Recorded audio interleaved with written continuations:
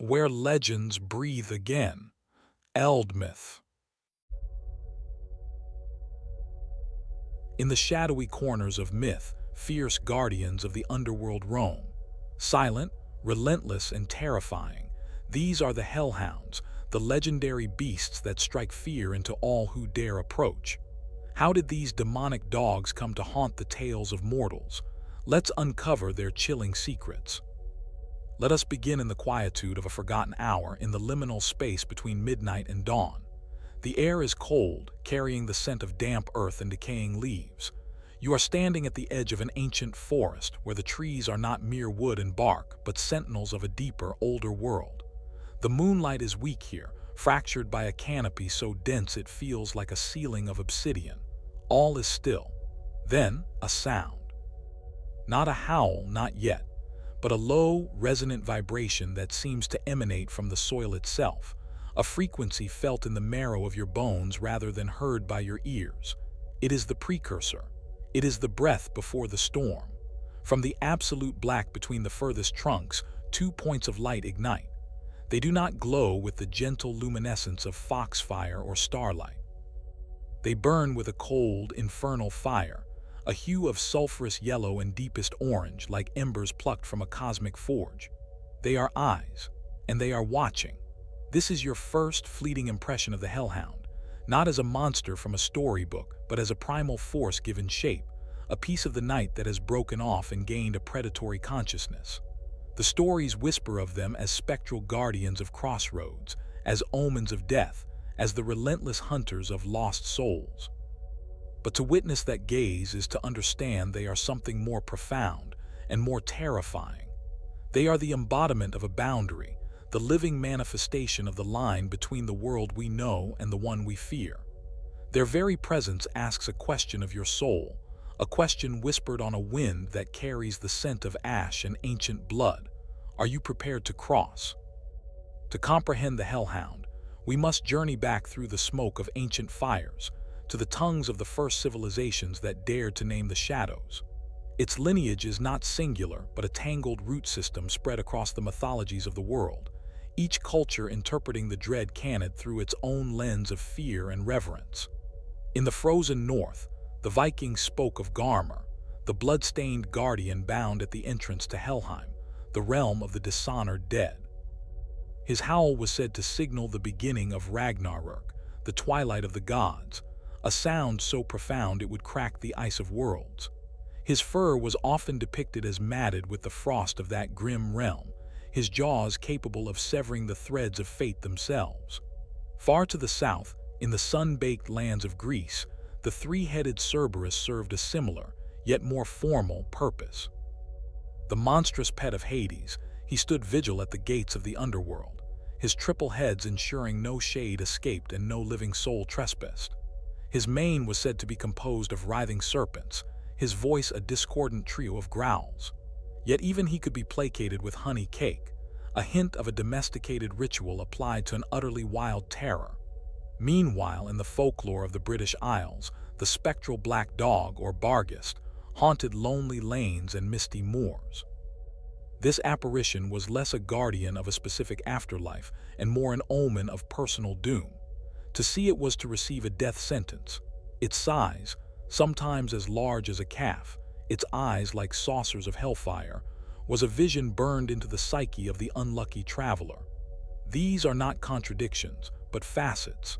The Hellhound is a polyglot of terror, speaking the language of boundary crossing in every dialect of human fear.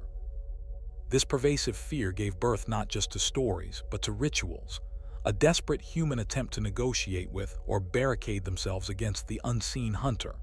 In villages nestled against dark woods, practices were passed down in hushed tones.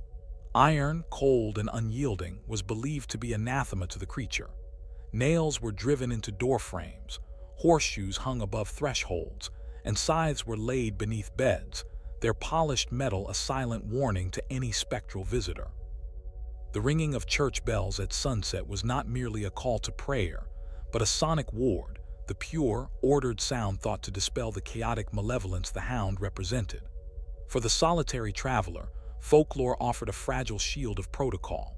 If you encountered the beast on a lonely road, you were never to speak to it, never to meet its gaze directly. You were to stand your ground without aggression, showing neither fear nor challenge, and slowly back away, allowing the entity its right of way. Some tales spoke of offerings, a piece of bread tossed into the crossroads at a new moon, or a libation of the strongest spirits poured onto a burial mound.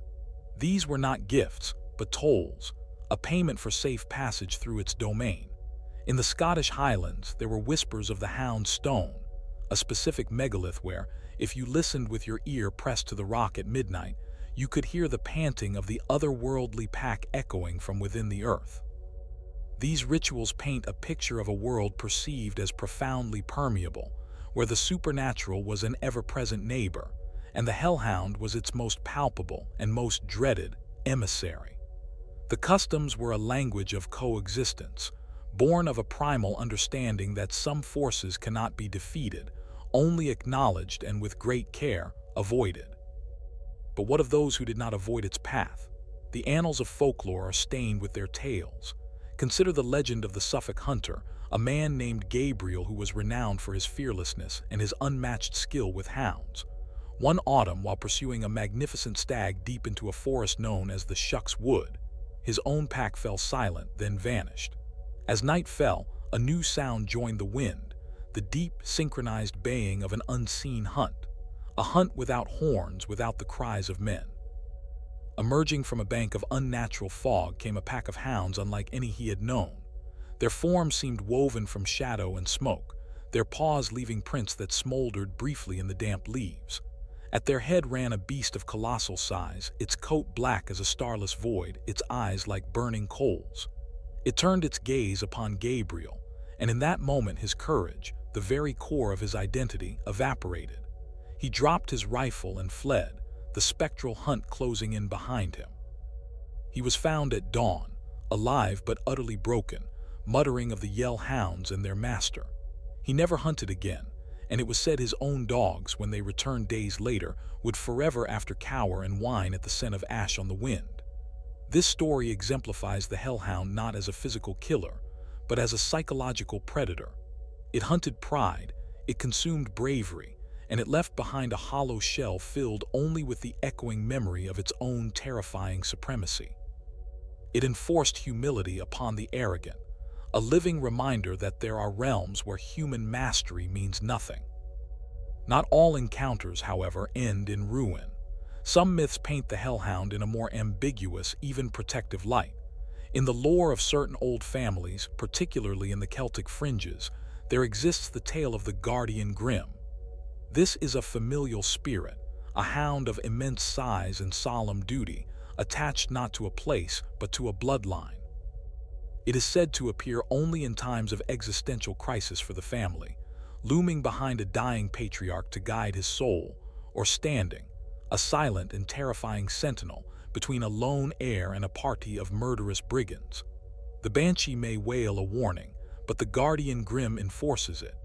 A specific account from the Welsh marches tells of a young woman, the last of her line, fleeing through a storm-swept night from a rival clan. As her pursuers cornered her on a crumbling bridge, a form materialized from the raging river below. A hound, its pelt seeming made of water and granite, rose and placed itself before her. It did not growl, did not attack. It simply stood, its presence a wall of ancient, implacable will. The pursuers' torches guttered and died, their horses reared in blind panic. They fled, and when the woman turned to thank her savior, the creature had dissolved back into the rain and mist, leaving only the scent of ozone and wet stone. This version of the hellhound complicates its nature. It is not mindless evil, but a force of archaic law and terrible loyalty. It represents a covenant between the living and the dead, a promise etched not in paper, but in the very bedrock of ancestry.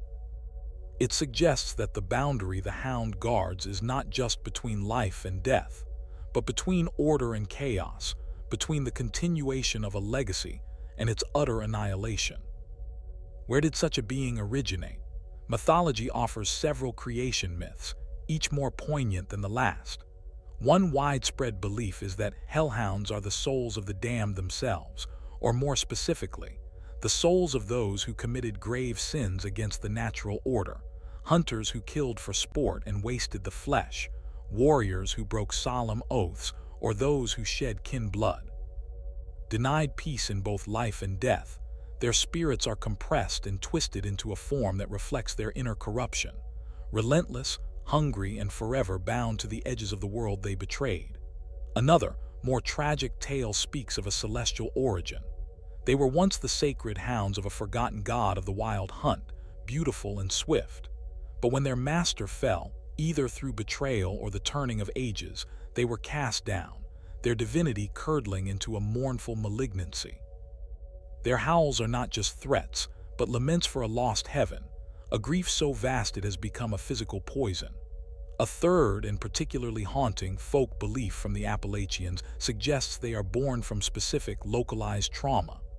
A place where a great betrayal occurred, where a massacre went unavenged, or where a deep collective hatred festered can, under the right confluence of ley lines and lunar phase, give birth to a hellhound.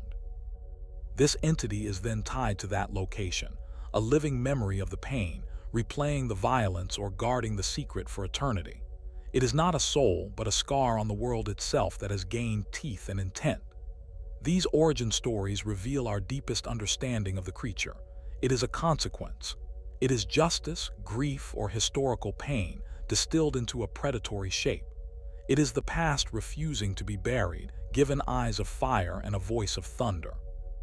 The physical form of the hellhound is as mutable as its origins, yet certain terrors remain constant. Its size is always exaggerated by fear and shadow, often described as being as large as a young horse. Its coat is never a simple black. It is the black of a deep cave, of a crow's wing in a moonless sky, of pooled ink that seems to drink the light around it. Some witnesses speak of a pelt that shifts, as if mist or living shadow is trapped beneath the fur. Its most iconic feature beyond the fiery eyes is its breath, a palpable heat that steams in cold air, carrying a scent that unsettles on a primal level. The acrid tang of ozone after a lightning strike, mixed with the damp smell of upturned graves and faintly burning sulfur. Its paws are massive, and legends insist they leave no normal print. Instead, they scorch the grass, leave marks that smolder, or in spectral versions, leave no mark at all, or only a frostbitten burn. The sound of its movement is a symphony of dread. The absence of sound when it glides, the crackle of static when it materializes, or the heavy, deliberate thud of its pads on earth that resonates in your chest. When it runs, it does not seem to simply sprint. It flows like spilled oil, its form stretching and contorting with an unnatural fluidity. Its howl is the thing of which nightmares are woven. It is not a call to pack mates, but a declaration of territory that operates on a spiritual frequency.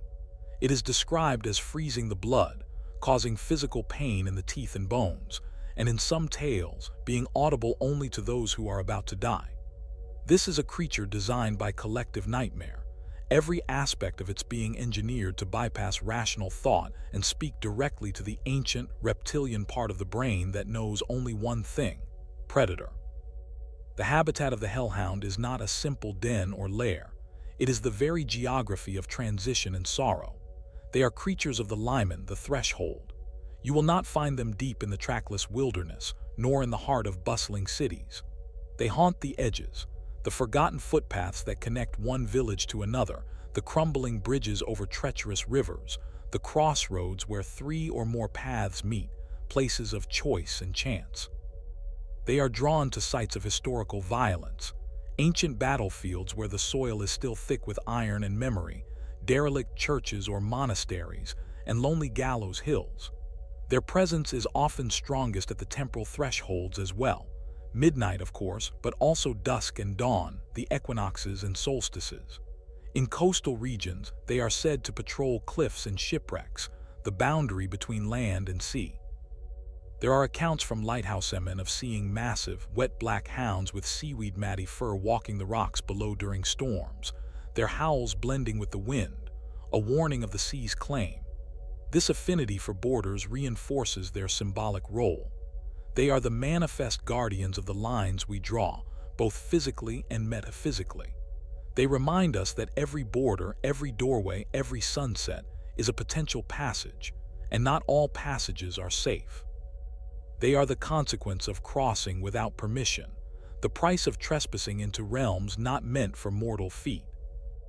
One of the most persistent and chilling myths is that of the Hellhound as a personal omen of death, the CW circumflexen anon of Welsh legend, whose baying was heard only by those whose souls were soon to be collected. The story of Old Man Thatcher is a quintessential example. He was a hermit living on the edge of the Dartmoor Tors, a man known for his strange ways and knowledge of old stones. One evening, a neighbor delivering supplies heard a sound that made his blood run cold, the distant, harmonious baying of hounds, but with an unearthly, bell-like quality. He found Thatcher sitting calmly outside his hut, listening. "They're singing for me," the old man said with a strange smile. "The Yeth-hounds have caught my scent. Tell the vicar to come up in the morning." The neighbor fled in terror. The next day, the vicar found Thatcher dead in his chair, a look of peaceful acceptance on his face, and the air in the cabin was reported to be warm and scented with wild thyme and damp earth, despite the cold.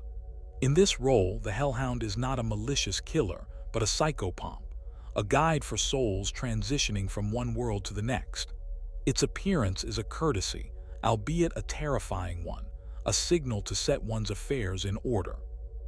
This transforms the creature from a symbol of pure terror to one of cosmic order.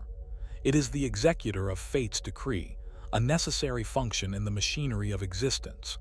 Its terror, then, is not in its cruelty, but in its absolute, impersonal certainty. It is death made audible and visible, a reminder of the immutable appointment that awaits every living thing. But what happens when the boundary is not just crossed but challenged? This brings us to the tales of hunters, holy men and fools who sought to confront the Hellhound directly. These are rarely stories of victory. In one medieval chronicle, an arrogant knight, inspired by tales of St. George, vowed to cleanse a haunted forest of its devil dog. Clad in blessed armor and bearing a sword dipped in holy water, he ventured in. He found his quarry at a peat bog. The creature did not flee. It turned, and where the knight expected to see malice, he reported seeing only a vast, timeless indifference. When he struck with his sword, the blade passed through the creature's neck as if through smoke, and the holy water sizzled on its coat to no effect. The Hellhound then simply walked into the night, passing through his armor and body. The knight did not die, he was unmarked. But from that day forth, he was perpetually cold, could feel no warmth from fire or sun, and was followed by the faint smell of wet bog and decay. He had not been killed, he had been tainted by the other world. His attempt to destroy the boundary resulted in him becoming a part of it, a living warning to others. Another tale from Puritan New England tells of a minister who tried to exorcise a hellhound haunting a cemetery. He recited scripture for a night, but as dawn broke, the creature, which had been silently watching, merely tilted its head and spoke in a voice like grinding stones, "I am older than your words." It then vanished, leaving the minister's faith shattered. These confrontational myths underscore a fundamental truth. The Hellhound operates on a paradigm beyond human morality and power. It is an elemental fact, like a cliff or a thunderstorm. You do not negotiate with a cliff.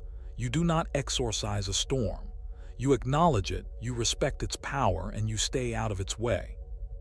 The symbolism of the Hellhound is as rich and layered as its mythology. On one level, it is the classic embodiment of the shadow, the repressed darkness, the uncontrolled instincts, the savage inner self that civilization tries to chain. Its pursuit in dreams is often interpreted as the conscious mind fleeing from a truth it refuses to acknowledge. On a societal level, it has historically represented external threats. Invading armies, pandemics, or famine were often metaphorically described as packs of hellhounds unleashed upon the land. Its association with crossroads ties it to fate and destiny. Encountering one signifies a moment of irrevocable choice, where a decision will lead either to salvation or doom.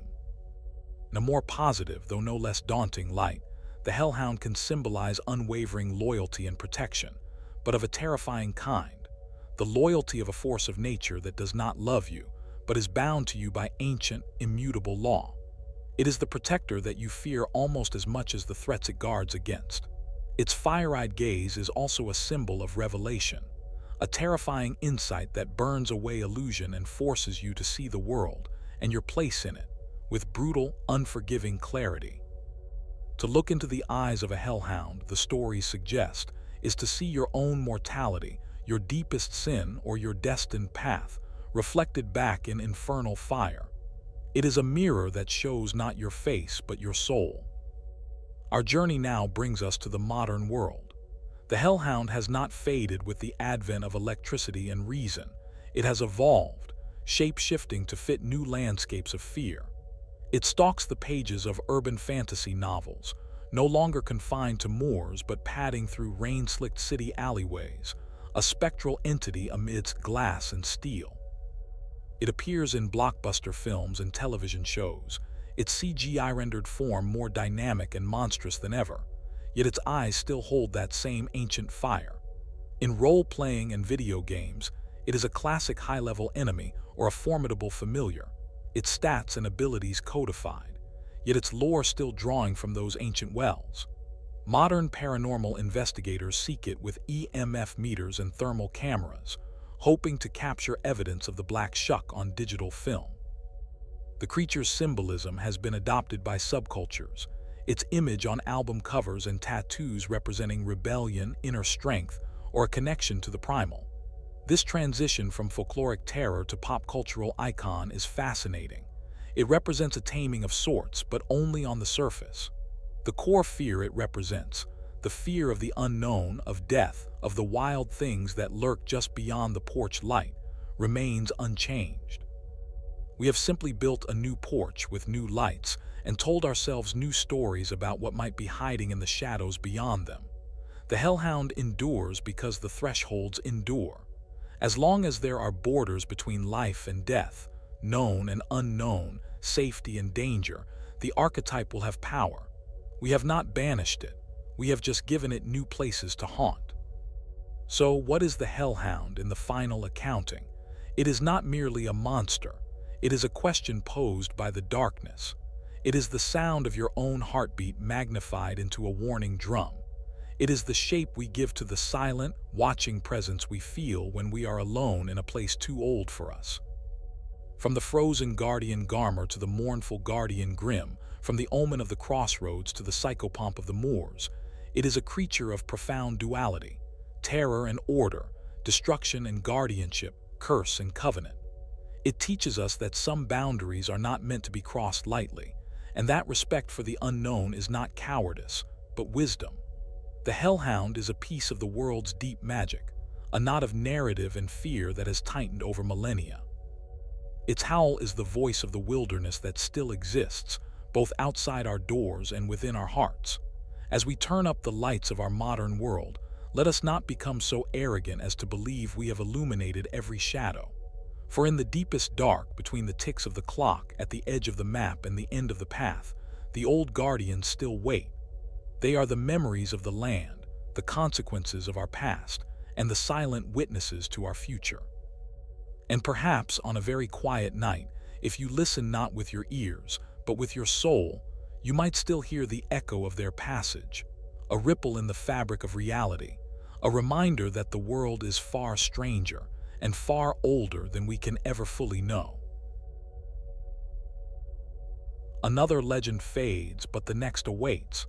Like this video, subscribe and continue the journey through myths.